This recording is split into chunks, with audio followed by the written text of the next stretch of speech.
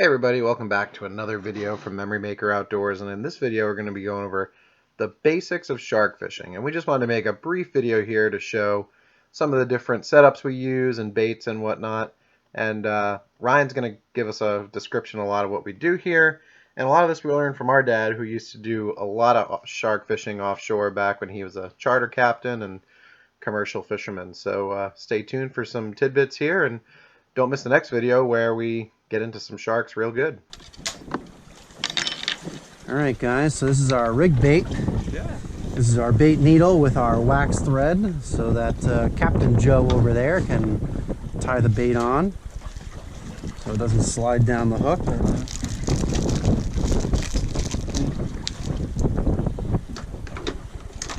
And once he finishes rigging up that mackerel, it's going to look pretty much something like this picture I found on the internet here. And it's not just all rig baits that we use. You'll see in a minute here we have some different types of fillets we put out too.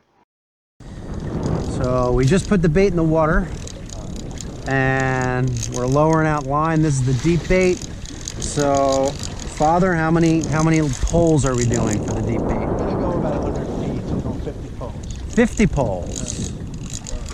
Get into it. Your rubber band?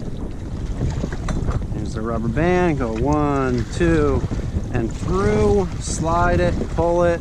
That's about 50 feet. And that's 50 feet before the bait.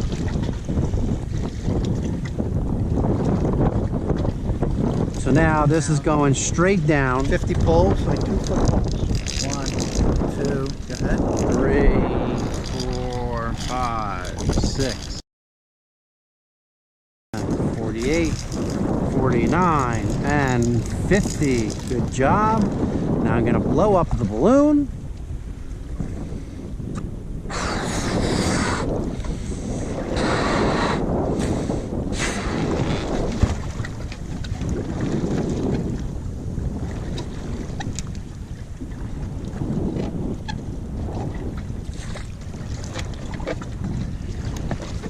Tie the balloon tight so now it won't slide up and down, hopefully. And now the bait doesn't go any deeper, but it will go out and we can see where it is. And so this is the deepest bait, so we want this bait to be the furthest away from the boat. So I'm going to let this guy go out a little bit. I always like to hand feed it, this way in case the shark picks it up, I can feel it. And unfortunately no pickup while he was feeding it out, but the next two baits are going to be the same thing. A sinker, then for the medium bait about 20 poles, for the short bait about 10 poles, and then a balloon to keep it from sinking. Set up. We have 3 baits out. We have the short, the medium, and the long. The long is, I don't know if you can see it on the camera, but it's all the way over there. It's a purple balloon, and that's like 100 feet down, so 50 poles, and that is a whole rigged mackerel. The medium bait is the pink balloon, hashtag Alex, and that is that's a rigged bunker.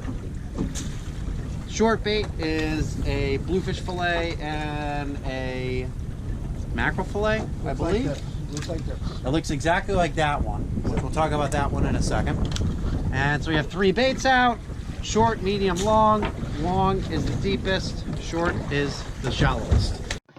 So I thought this would be a good point to stop and just throw a picture up here to kind of show what Ryan's explaining here, but from the 3D concept. And I borrowed this picture from On the Water, and it's actually a how to swordfish picture here showing the baits, but it's the same principle that, you know, we're chumming and we have that chum slick going out, and the further behind the boat as the boat drifts, the chum sinks deeper and deeper. And that's why you want your last bait to be all the way as deep down as Ryan did, 50 poles to the balloon, so about 150 feet or so. And as the 3 baits work their way up, and the idea is that if a shark is swimming in, following that chum slick up to the top there, they're going to see one of those baits and take it. So the only thing that's different about this picture is we don't have any lights on the balloons. Again, that's if you're sword fishing at night. So a pretty cool concept here to work with a chum slick and be able to catch a fish. Now what this one is here, it's what we call the throw bait. And if a shark comes up the chum slick and doesn't touch the baits, it doesn't see them or smell them or whatever, and we see it, we'll feed it out this bait. But we don't want to have too many lines out to get tangled. So right now we're just fishing 3 and we'll have that throw bait ready. I don't know if they can see the chum slick. You can see the Yeah, slight coloration in the water. Yeah. I don't know, it might be tough. So what happens if we get a pickup?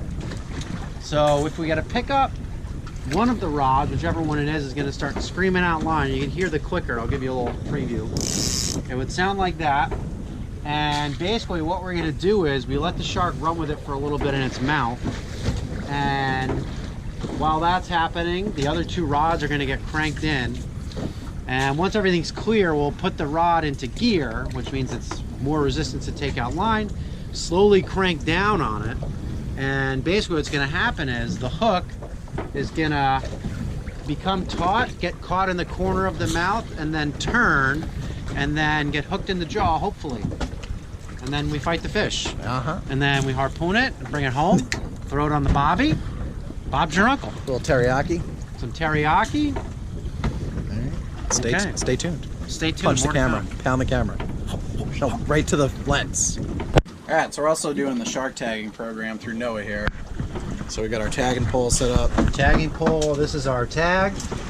So I believe we take this like that, stick it in the tiny little slot. Oops, pull it down tight. Dad's gonna come over and micromanage it. Just get a rubber band to hold it together. Like that. Nice and snug. And then rubber band On the tag part. on the tag part. That's what the picture said.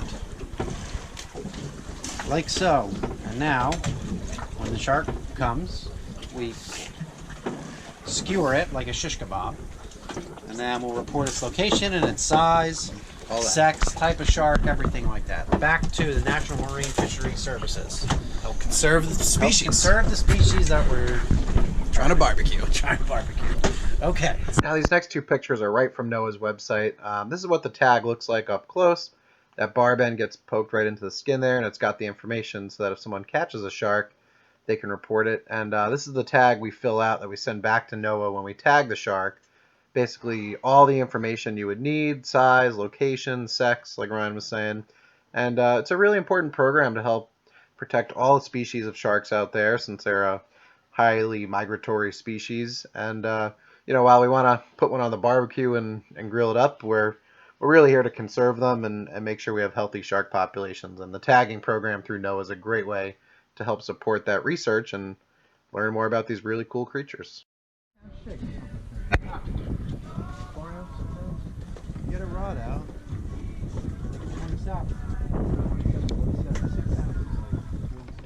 So that was all of our short little segment on how to set up for shark fishing and just a little bit about the baits we use. And the other piece I've talked about before in our previous videos is chumming, right? We like to use a ladle like that instead of a chum bag, because a lot of times you put a chum bag over the side there and it just chums real heavy for an hour and then the bag runs out. At least this you can control, you can really spread it out and really get a nice slick going. But anyways, that was all we had for the setup, and you could spend hours and hours and hours talking about it, but we just wanted to show our basic setup and how to do it this way. If you've never shark fished and you're interested, hopefully this video can help you out.